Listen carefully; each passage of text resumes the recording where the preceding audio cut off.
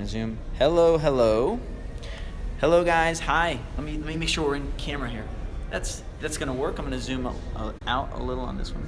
Hello, Dr. Rich Castellano here, double board certified facial plastic and reconstructive surgeon. We're doing a podcast with Dr. Tony Youn. We're back. We're back for more. America's holistic plastic surgeon, for those of you who haven't seen us before. So we're gonna be talking to the camera here, but we were thinking about you guys. So we'll start the podcast, and thank you guys for joining and viewing.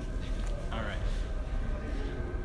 Well, thank you so much for joining me on the podcast. So Dr. Rich Castellano is known as the Smile Doctor, and we're going to get into this whole smile thing in a little bit. But the first thing is you are a double board certified facial plastic surgeon. I mentioned that in the intro. Yes.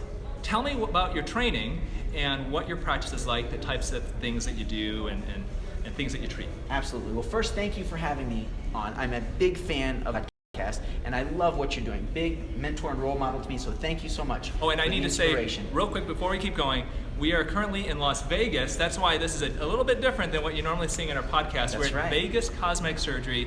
It's one of the top cosmetic meetings in the country every year. It's amazing. We get together plastic surgeons, facial plastic surgeons, dermatologists, oculoplastic surgeons, doctors of all kinds to share ideas, collaborate.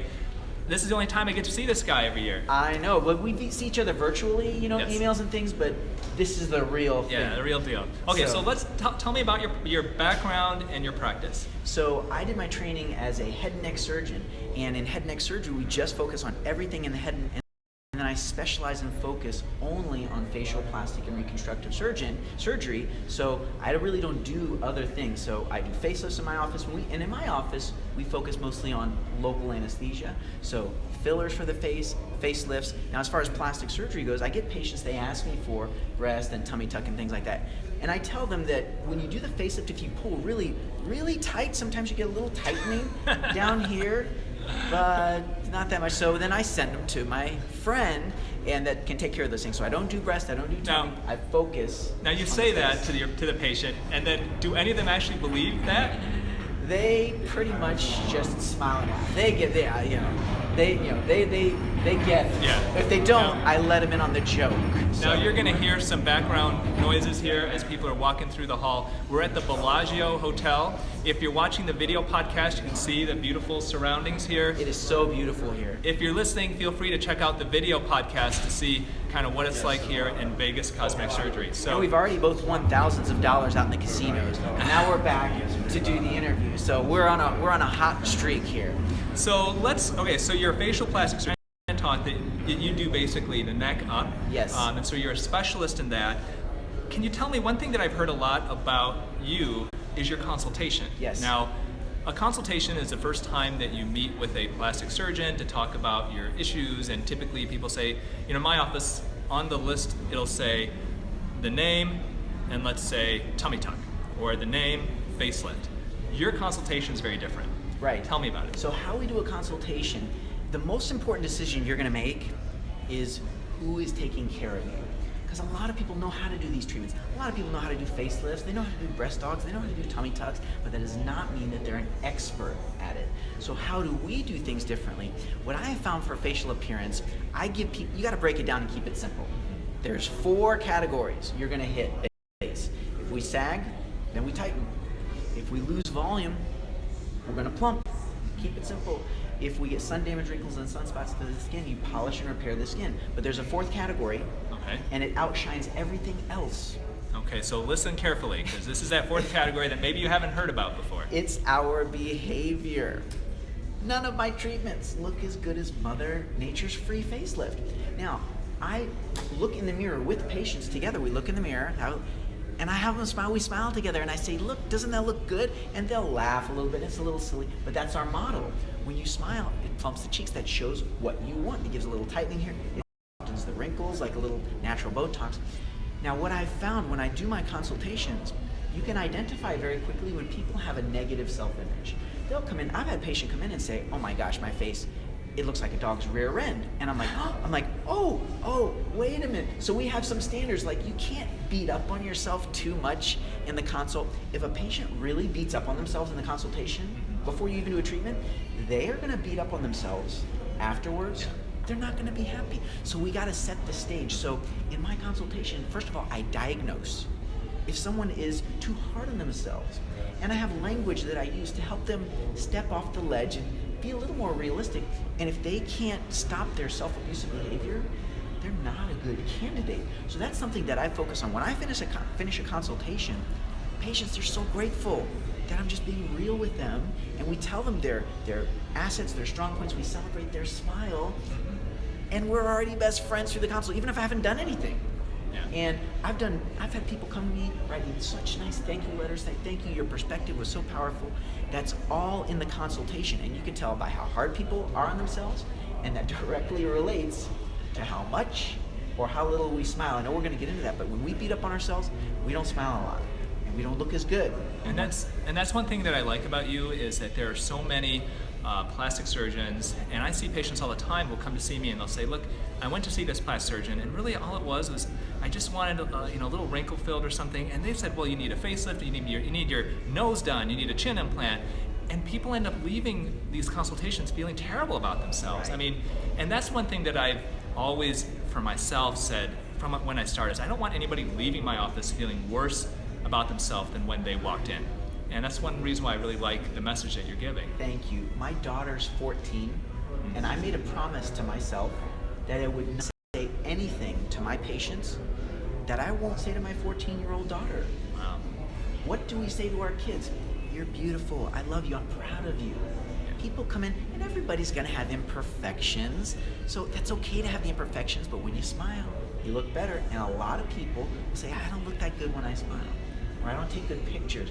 And they do, and I have a way to cure that. If you're watching this and you say, I don't take good smile pictures, here's how you do it. You can cure it in an instant.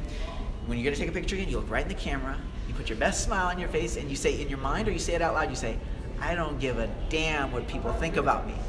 And then the smile comes out. You just can't care. And people start laughing, and their great smile comes out. So you must diagnose these things. I call it the smile score. If their smile score is super low, you are not a candidate for a facial cosmetic treatment. If your smile score is high, you're not. If you never smile, you'll do the treatment. You're not going to be happy. So you'll turn these patients down, even if, let's say, somebody comes in and they've got a ton of loose skin on their neck, and they can physically benefit from a facelift. Yes.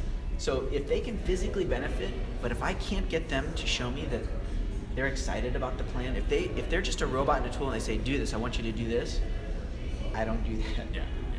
We're in a relationship. I'm here to serve them and give them whatever they need, and we're gonna, be together. You're gonna age over the years, so we're thinking long term. It's not a drive-through window. There's got to be some relationship there, because goodness forbid if you have a bump in the road or a complication or a setback, you got to have a relationship so you can take care of those things. If you don't have a relationship, as you know, it'll get worse because the communication is poor. So it's all about communication. And if people smile more, they're open to communication. People who don't smile that much don't tend to be as open to communication. Yeah. Well, now that kind of brings us to the cosmetic treatments. Yes. Okay, and we'll come back to the smile prescription in a little bit, but you're on the cutting edge of facial cosmetic treatments. You've got a huge office. You've got thousands of patients that are happy and fulfilled. What are some of the most innovative things that you're seeing and doing in your practice now for anti-aging of people who look in the mirror and maybe they don't like what they see as time goes on? So beyond there's facelift, there's fillers, there's laser treatment, there's always a new technology, the next best thing. Beyond the behavior, 90% of what I do is facial behavior. And the other 10%, I can help people look younger. If they want to look better, if they want to look more attractive, it's always the behavior. If they want to look younger, then, I'm doing long-term fillers. I do a lot of the Sculptra and the Bellafill in my office. I'm the #1 injector of polymethylmethacrylate in my practice in the United States. And patients don't want surgery. So what can we do to minimize the surgery? I give them steps. And I just you've got to keep it so simple. Here at Vegas Cosmetic Surgery, there are a million options. And if you give all those patients those options, they're going to do nothing. They can't process it. So I give very basic choices. If they're doing fillers, that's the simplest way people start. But think of it in this term. There's only 3 questions with fillers. First question, where do you want it? Where?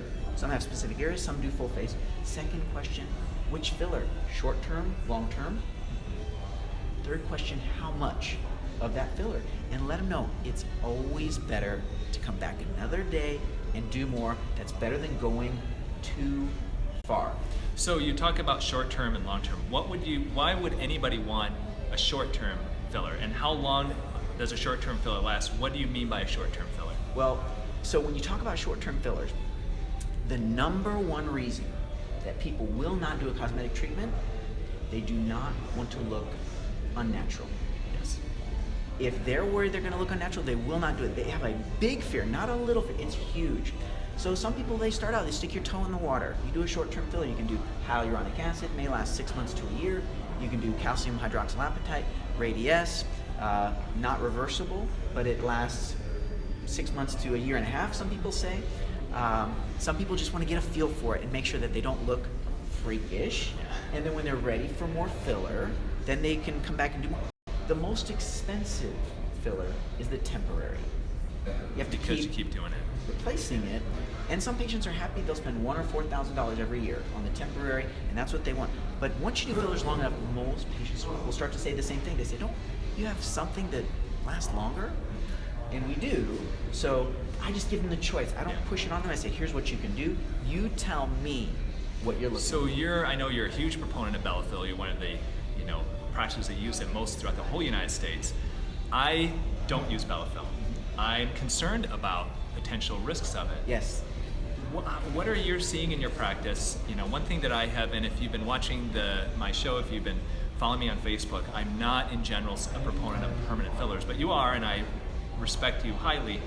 What are your thoughts about the concerns about long-term potential risks of infection, granulomatous reactions, lumpiness, stuff like that? It's a good question. And so what I've found with long-term fillers, I've done, it's about 6,500, almost 7,000 syringe injection of Bellafill.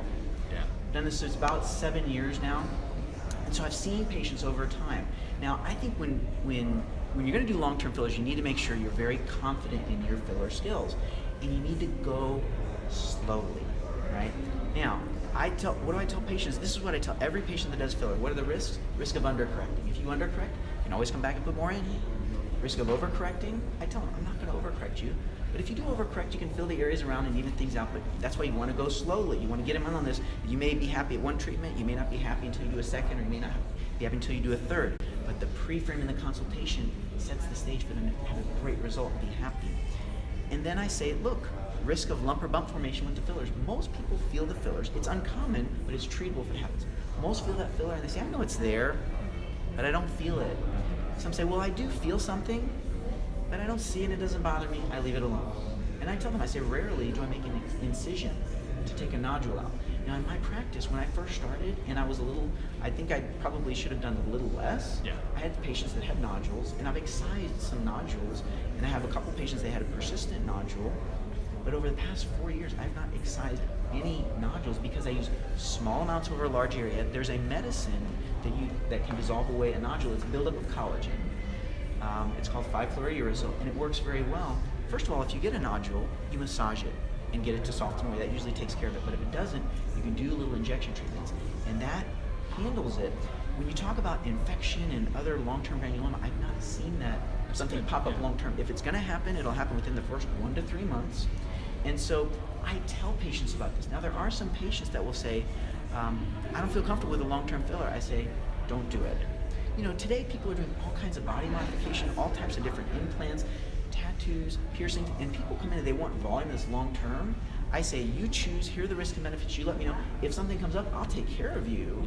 So that's how I get patients to get ownership in that decision. It's up to them to decide. But patients, once they convert to a long-term filler, it's hard for them to go back. So I think one important thing is that if you are considering a long-term filler, a permanent filler like Bellafill, make sure that that filler is being injected by somebody who is properly trained and has a lot of experience. Yes. You just said that when you were early in your practice and you were doing these treatments, maybe you overcorrected more than you feel that you would do now.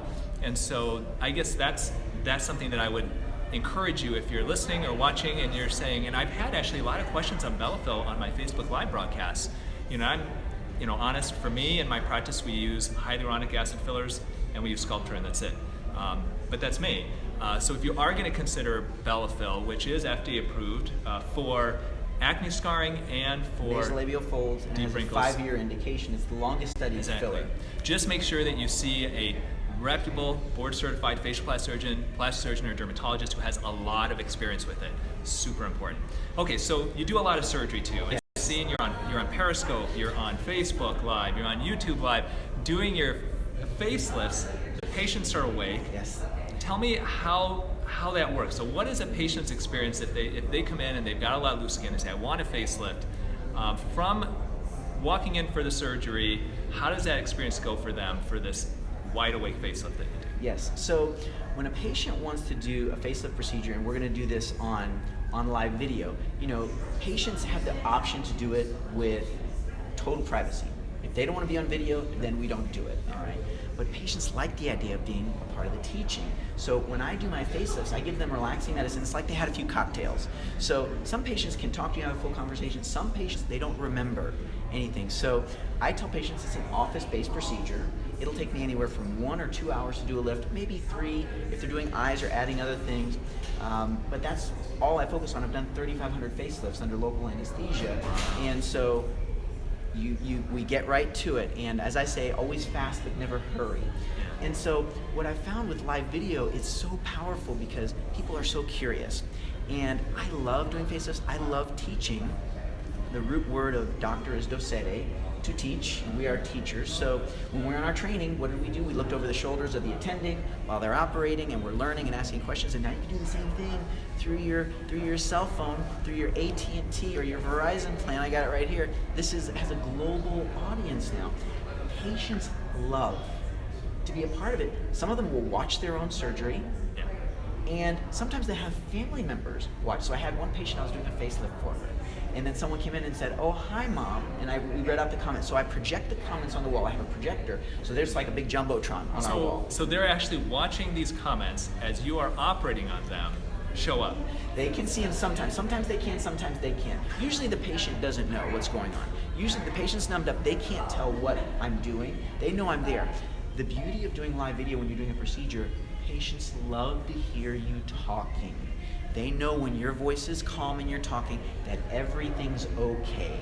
If they feel like the doctor's like, oh, or nervous or tense, they'll get worried. So it calms the patients down to hear my voice.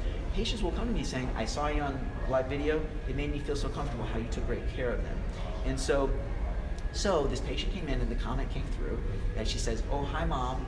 And then she gave her name, and I said, oh, so-and-so says hi. And she says, oh, that's my daughter. I said, oh, that's nice. I said, well, what does your daughter do? And she said, oh, she's an attorney. And I said, great, have her watch. Actually, and some people worry about legal repercussions. Actually, it's safer. You're documenting what you're doing. Yeah. You show them, here's what I did. We've told them the risks and benefits ahead of time, and I've done this long enough to know we're going to get a good outcome. And then she says, oh, Oscar's here too watching. And I say, oh, who's Oscar? She says, oh, that's her dog. And I said, we have dogs watching us doing surgery. So if you're interested in watching a live facelift, now it's live, so you're going from the beginning right through. It's an hour, 2 hours. That's fast for a facelift. There's no editing. There's no filters. It's live. It's raw. And you can see it. It's on periscope.tv/ImageLift. We're also on YouTube. Go to our YouTube channel, youtube.com/ImageLift, or look us up on Facebook. We have 3 cameras. I'm doing it right now, as a matter of fact, as we speak. One camera does YouTube, one camera does Facebook, and one camera does Periscope. And the combination of that, we've had hundreds of thousands of views from all around the world, live views. And we've had doctors, we've had people tell me, you inspired me to go into medicine. And they're asking medical questions, and some people are just fascinated to learn more about this. So it is a wonderful tool. The future is here. Yeah. The future is here. Well, let's shift gears a little bit, because I've said in many, many interviews that the future of plastic surgery is not having surgery. So, we're doing these surgeries, we're doing it on social media and stuff like that, but really the future of plastic surgery is utilizing technology to look younger. So a patient comes to see you and they are, let's say, 55, 60 years old, they've got some loose skin in their neck, but they don't want a facelift. They've seen you perform it, it's surgery, they go, oh, I don't know if I want those scars. What do you recommend as a non-surgical option for them? Or is there a non-surgical option? Sure, so like we were talking about before, if someone has some loose skin here and they don't want surgery, what do? So I give them the protocol. I say, number 1, The smile always looks the best. I tell them this because it's important, and people don't want to feel bad about themselves saying, oh, I've got this, I look terrible. No, you look great. You look your best when you smile. That's number one. Number two, I say, well, you can do ultrasound, you can do radio frequency. Now they have radio frequency with needles, and those things do work, but I tell them that they may spend a little more money and they won't get as good of a result. Usually, sometimes yes, sometimes no. The biggest complication and side effect that we see with the ultrasound and radio frequency we call is eye strain. Because you look at the before and after pictures and we're straining our eyes trying to figure out where the difference is. So I say if you want to spend a little more money and you're okay if the results aren't as much, you can try it and see. Yeah. There are some people that are so happy with those treatments, but we've all heard patients who have said, I spent thousands of dollars on this and I didn't get as much improvement in that. So as long as they go into it eyes wide open, then once I tell them that, you read their energy, and their energy will say, well, maybe I will try that, or they'll say, I don't know if I'm going to be happy. Then I say, well, we can do a tuck. Usually, you'd mentioned like scars and incisions, they really don't show the way we use them, and maybe they just want a mini tuck. Now, I also offer them laser lipolysis, which does work. Some people call it laser lifting. There's no stitches, but it is a procedure where you put a fiber optic in a little cannula, and you put a heat injury under the skin. It causes some scar tissue contracture, removes the fat. That's an option above ultrasound and radio frequency. Which device do you use? Cynosure triplex. So it's the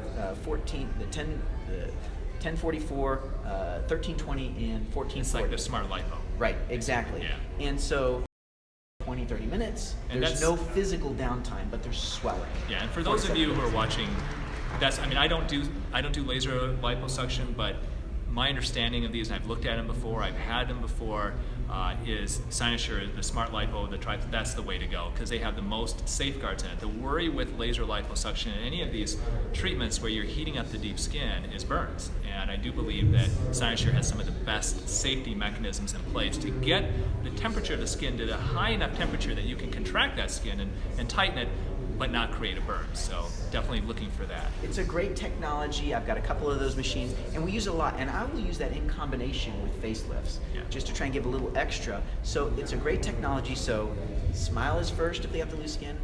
Minimally invasive ultrasound, thermage, radio frequency, things of that nature, Infini.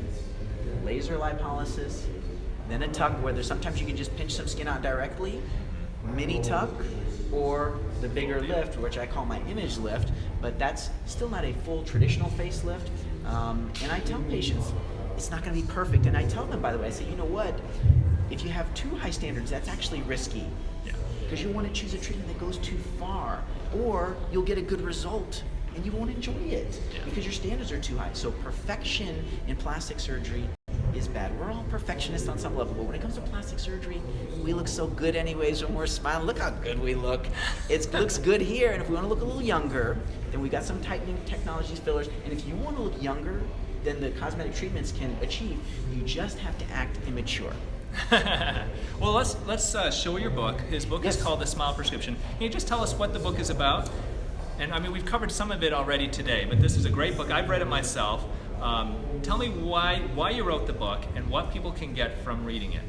I am so proud of this book. I have people that come to me and say, this really changed my life. It made such a difference for me, because we go through times in life where it's not that easy to smile.